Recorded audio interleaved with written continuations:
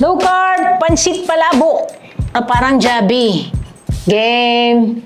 Okay, for this palabok, kailangan natin ng angel hair na shirataki noodles. Ano bang difference nito dun sa usual na noodles? Mas maliliit or mas maninipis yung strands.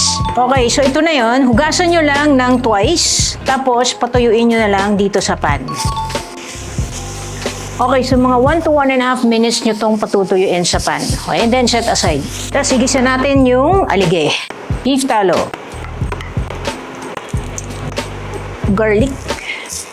Yung gamit natin na garlic dito, yung native, masarap kasi yun eh.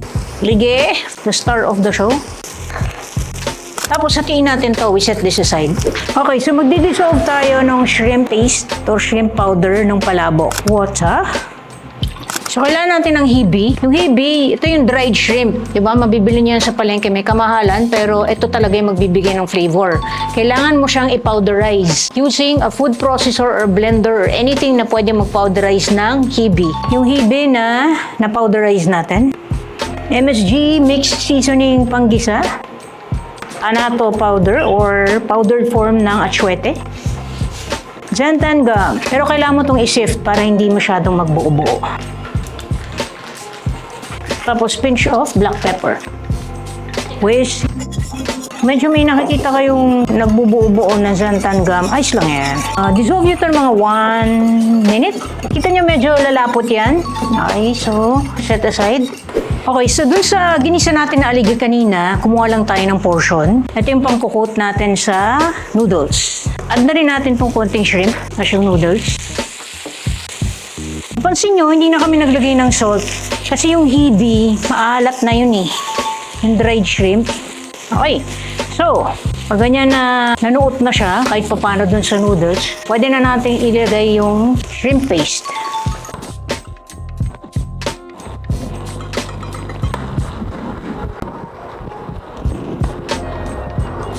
Pwede na oh. Yung lapot niya oh. Parang pag-dragon oh. Okay. Time to flip.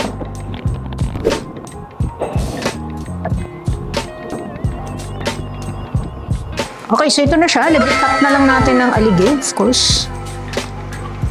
Ito yung natira kanina doon sa ginisa natin na alige. Yung iba ginagawa pure alige lang sa palabok nila. Pero ito na nga, ginawa na nga namin kayo ng shrimp paste eh. Shrimp? Okay, syempre yung palabok may ano yan, may eggs yan, diba? Tapos, lagyan natin ng tinapa. Tinapa flakes. Medyo nasa-challenge ako pag ganitong plating-plating. Tapos kailangan natin syempre ng bagnet. Chicharon, tapos dudurugin natin yan. Okay. Actually, lalagay ko yung chili pork chicharon bagnet. Yun. Para may ano siya, added fats, diba? Tapos, last, syempre, kailangan natin itong spring onions, diba? Okay, so there you have it, our low-carb palabok with legit na shrimp paste and of course, alige. Okay, so ito na yung pansit palabok natin, oh, diba? Oh, may mga color contrast pa. So it's time to taste this. Masarap to kasi, ano eh, syempre kami gumawa. Pero gawin nyo na rin to, pero kailangan tikman natin to. Ay, oh, sarap po. Sige, game. Ano naman yung lapot niya, no? Oh, parang Jabi, oh. Diba? Kompleto, may shrimp pa, may eggs pa, oh. Saan ka? Tinapa pa. Oo, may tinapa pa. Oo, diba may hipay? Hop.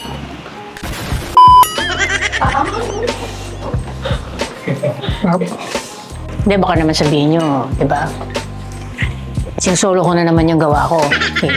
Sige, go. Kumain ka kahit ano lang. Konti. Oo.